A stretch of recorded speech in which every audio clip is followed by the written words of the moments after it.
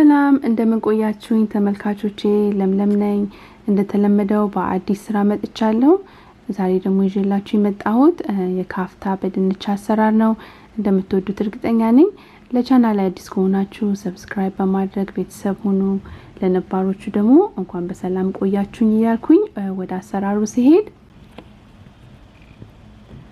ያው እዚህ ጋር እንደምታዩት ለስራው የሚያስፈልጉኝ ነገሮች ሁሉ አዘጋጅቻለሁኝ እና የተፈጨ ስጋ ነው የምጠቀመው እና አሁን የተፈጨውን ስጋ መቀመም ጀምራለሁኝ እና የተፈጨ ስጋው ላይ አሁን የተፈጨ ሽንኩርት ጨምራለሁ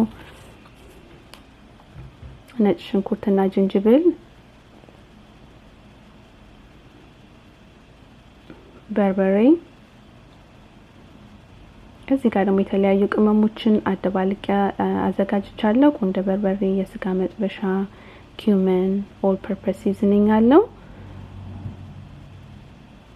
እዚህ ጋር ደግሞ ፓርስሊን ጨምራለሁኝ ከዛ ትንሽ ኦሊቭ ኦይል እና ጨው ጨምሬ በደንብ አድርጌ አዋህደዋለሁ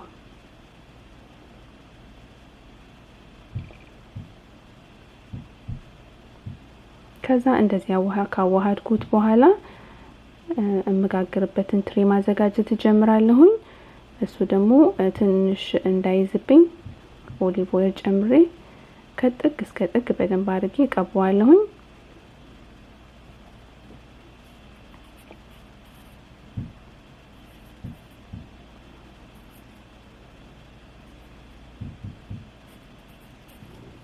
ከዛ አደባልቄ ያስቀመጥኩትን ስጋ ከዳር እስከ ዳር በደንብ አድርጌ ተፈጥፈዋለሁኝ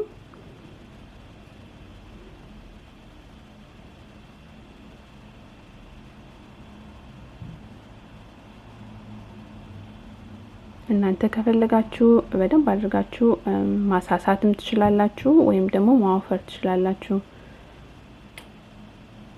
የኔ መካከለኛ ነው ልክ እንደ በርገር ያደረኩትኝ በጣም ሞፍራምም አይደለም በጣም ቀጭን አይደለም ከዛ እንደዚህ አድርጋችሁ በደንብ ከተፈጠፋችሁት በኋላ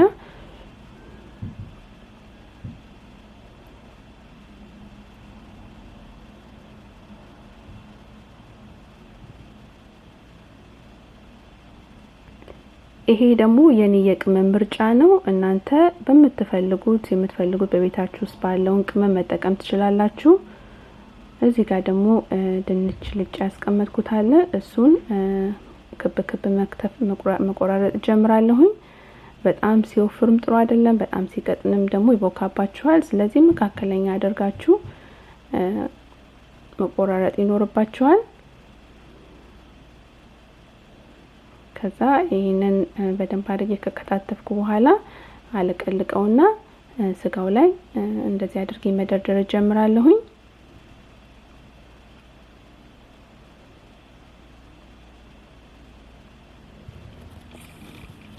ከዛም በመቀጠል ሽንኩርት አዘጋጅቻለሁኝ ሽንኩርቱን እንደዚህ አድርጌ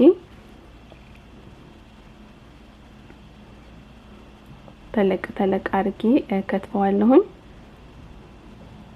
እንደገና ደግሞ የፈረንጅ ቃሪያ አለኝ እሱንም እንደዚህ ተለቅ አድርጌ ከትፈዋለሁ እናንተ የምትፈልጉትን የአትክልት ምርጫ አድርጋችሁ መጠቀም ትችላላችሁ ከዛ በመቀጠል ሽንኩርቱንም እንደዚህ አድርጌ ራቅ አድርጌ አደረደረዋለሁኝ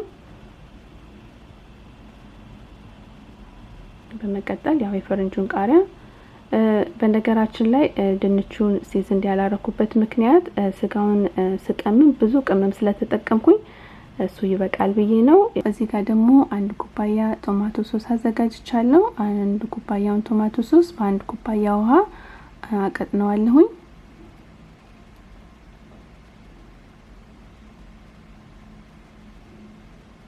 ከዛ አንድ ሁለት የሾርባ ማንኪያ የሚሆን ኦሊቭ ኦይል ጨምራለሁ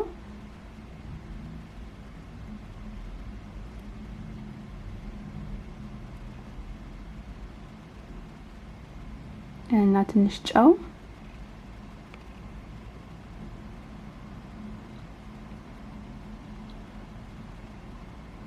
ከዛ እሱን በደንብ አድርገን ደባልቀን እዚህ ድንቹ ላይ ከጥግ እስከ ጥግ በደንብ አድርገን ማፍሰስ ይኖርብናል። ከፈለጋችሁ የተለያየ ቅመም መጨመር ትችላላችሁ። እኔ ብዙ ያልጨመርኩት ያው ስጋው ላይ ብዙ ቅመም ስላለው ይደርሰዋል ብዬ ያልጨመርኩት። ከዛ ያው ከጥግ በጥግ በደንብ አድርጋችሁ መሸፈን ይኖርባችኋል። በቃ በዚህ ውሃ ነው በ2 ኩባያ ውሃ ነው በደንብ የሚበስለው ማለት ነው። ከዛ ይሄንን 400 ዲግሪ ለ45 ደቂቃ ወይም ደግሞ ለ1 ሰዓት የሚሆን ኦቨን ውስጥ እንከተዋለን።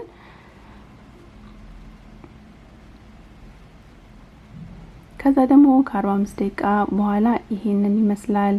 ያው እንደምታዩት ቆንጆ ሆኖ በስሏል። እንደዚህ አድርገን ቆርጠን መመገብ እንችላለን ከሰላጣ ጋር፣ ለምሳም ወይም ደግሞ ለራት መጠቀም እንችላለን። በጣም ቀላል ስራው የማያከብድ የማይደክም ለወስ አድርጎ ኦቨን ውስጥ መክተት የሚቻል ምግብ ነው። ሲበላ ደግሞ በጣም ነው የሚጣፍጠው። ጊዜያችሁን ሰጣችሁኝ አብራችሁኝ ስለቆያችሁ በጣም ነው ከልቤ ማመሰግነው። በሚቀጥለው እስከምንገናኝ በሰላም ቆዩ።